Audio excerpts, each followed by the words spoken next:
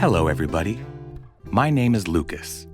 In November 2020, my brother Mateo contracted COVID-19 like so many of us did. But unlike most of us, he hasn't yet recovered. Mateo is now what is known as a COVID long hauler, a title given to those whose COVID symptoms last more than 3 months. So, yeah. In all this time, he's been documenting his ups, downs, victories, and setbacks through journals, medical records, and love letters to you, the listener. And if he's come to one conclusion, it is that COVID is stupid.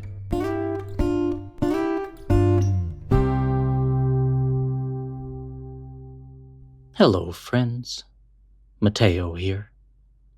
Throughout the summer of 2025, I invited people to my house to have conversations about life, long COVID, and anything else that came up. These are people who knew me before and stuck with me since. People who have been a tangible part of my recovery story. And for each of them, I'm asking the same 3 questions. How did you find out I was sick? What can you tell me about some of those first times you saw me?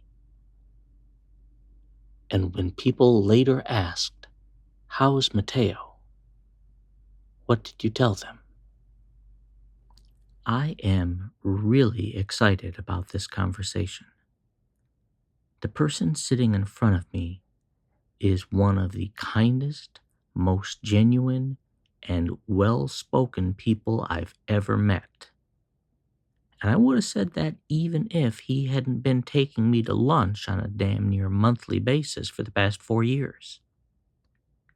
He and I used to work together, where we hosted a weekly webinar about health insurance. But settle down. We don't have time to talk about health insurance today. It's my honor to call him friend and my pleasure to welcome Brian to the show. Well, thank you for all of those kind words. I really appreciate it. Say all the things right back to you. And I'm very excited and happy to be here on your podcast, which I like to think I'm the #1 fan. I haven't gotten the gift card or anything that signifies that, but I feel like I've been your #1 fan for a long time, Mateo. Aw. How did you find out I was sick?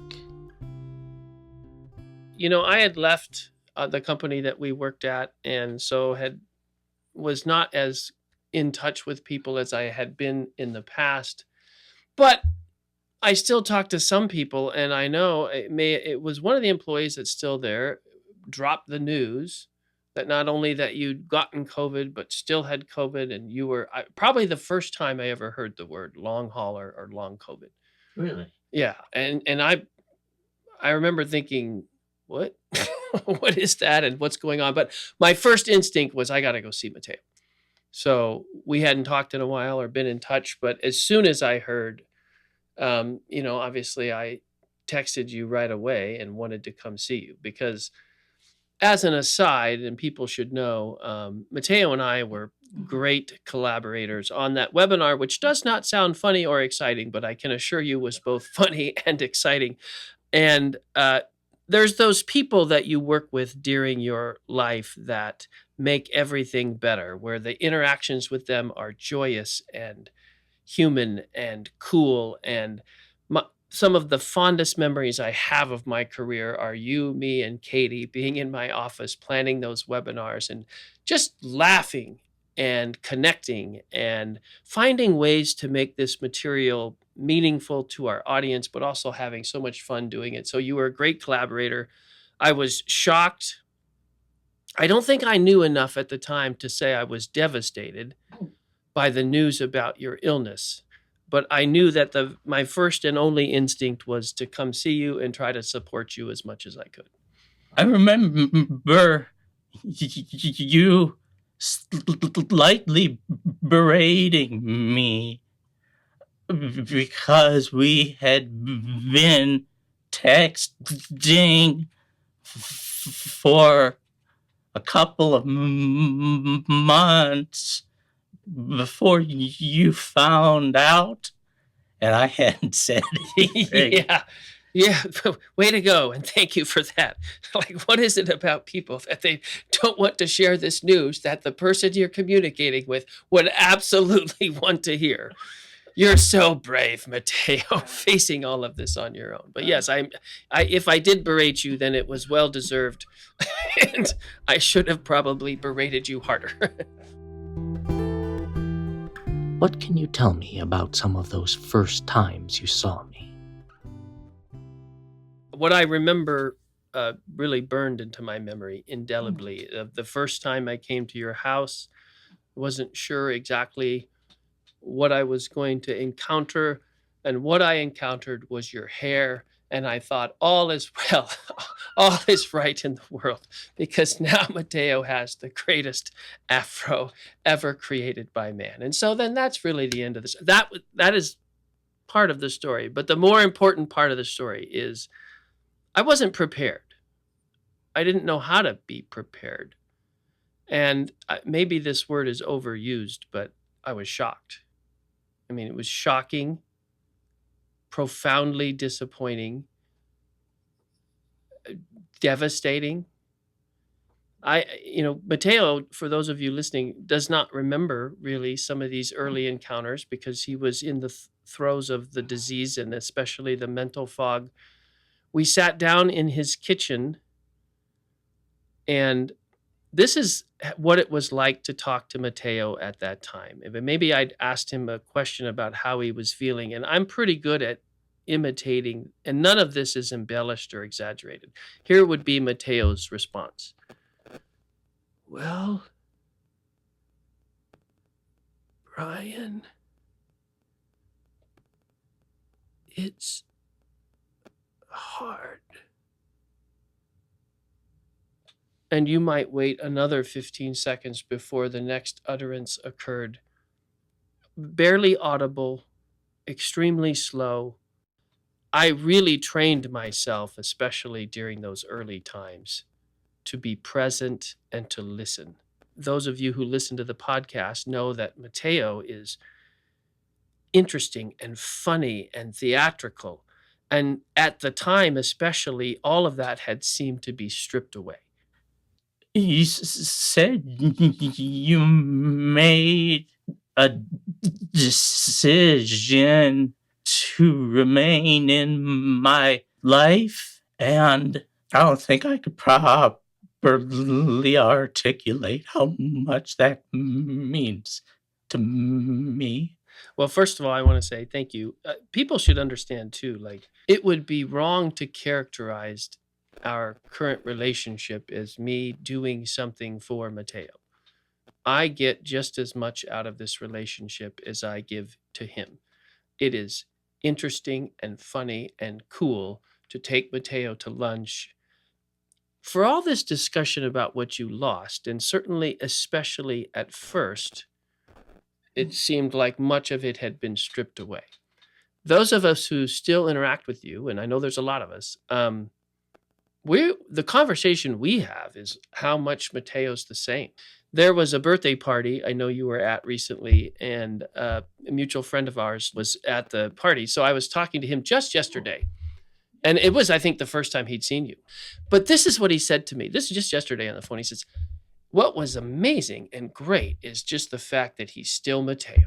And he kept mentioning optimistic and positive. Just such a great guy to be around, somebody who lifts other people up. So as the progress has continued, the essential nature of your being has not changed, which is a great testament to you. I remember going to the wedding I officiated a wedding for a coworker of ours. And so this is you out, right? Like pretty early on in the wheelchair to get there. And it's a lot, right?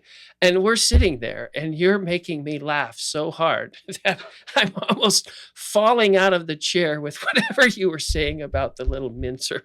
And like, yes, the same Mateo is is still here and still very present with us and still making our lives better and enriching it in all the ways that are unique to Mateo. So I think that's also part of the story. When people later asked, "How is Mateo?" what did you tell them? I want to answer that question in two ways. I'm just going to be real. Like, there are people we know who are COVID denialists and people who maybe reject the severity of long COVID. So depending on who I was talking to, I felt I had a mission and a duty to explain, yes, this is real, and yes, it's severe. And so depending on who I was talking to, that would have been part of the conversation, because what the actual beep is wrong with those people. For the people that you and I both know and admire and like, if it was the first time I was talking to them, I said, yeah, it was really shocking at first.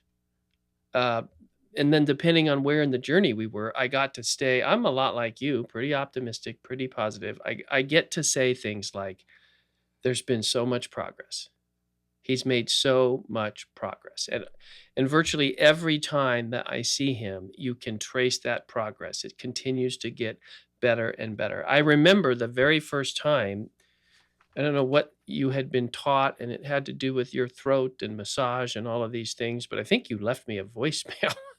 And it was like, it sounded like you, which we had not heard at all. Like, it was like a great leap forward. And I remember thinking, wow, that's progress. And so when people ask, I say, obviously it's a real challenge, but Mateo is fighting with everything he has, and he's made a ton of progress. And I always make the point that the Mateo you remember is still very much present with us. I mean, everything that makes Mateo special is abundantly present whenever we're together. Do you have anything else you'd like to add to this? Yeah, sure. And thanks for giving me that opportunity. I want the people who are listening to this podcast to know that when I arrived at Mateo's house today, we came downstairs, which in and of itself is a challenge. We arrive at his makeshift studio. And what you should know is there's a card for me written out to me and my family. There are stickers placed on the table by me that advertise the podcast. There is a bottle of water here because I'm going to be speaking, and the entire studio is set up with, as you know, what'd you call these things? Fuzzy blanket studio. Yes, the fuzzy blankets are arranged, I think, to improve the audio, and there are large fuzzy hamburgers. The point of this discussion is, for me, right now in my life, it would not take a lot of effort to get the studio set up. I know Mateo, and I know about the challenges with energy related to this condition. It means so much. For those of you listening, he cares about you so much, and the relationship he has with you is so important. What's happening behind the scenes here, for him to have all of this set up, I know the amount of effort that would have taken, and it's very touching. It's very touching to me, and I hope it's touching to the listeners, because this is such a cool endeavor that you have going on, and I know it means a lot to a lot of people. And the final thing I would say is that, Mateo, you mean a lot to me. I happened to listen to another podcast yesterday, the Modern Love podcast, about the absence of male friends for many males in society today. And this friendship is so important to me. It was radically and profoundly important to me before you got sick. It continues to be radically and profoundly important to me because I love you, I respect you, and I admire you. I'm proud of you for all of your work fighting long COVID, but also for producing this podcast. And I'm just overwhelmed with how much you enrich my life with your positivity, your generosity, your kindness, and especially your humor. So thank you very much for the opportunity to be here today. And thank you for what you're doing. Not just for me, but especially for everybody who has long COVID out there, who listens and is inspired by your words. You're doing great work. Thank you, Brian. That means a lot.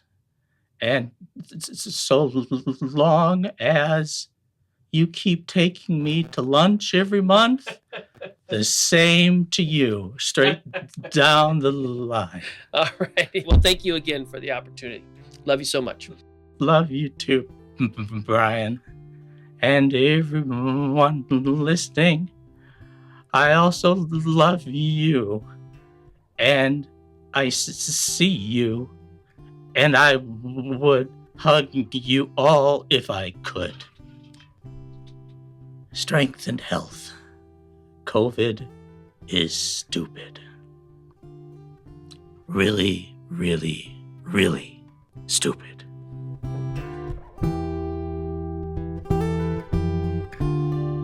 Really, really stupid. Well said, Mateo.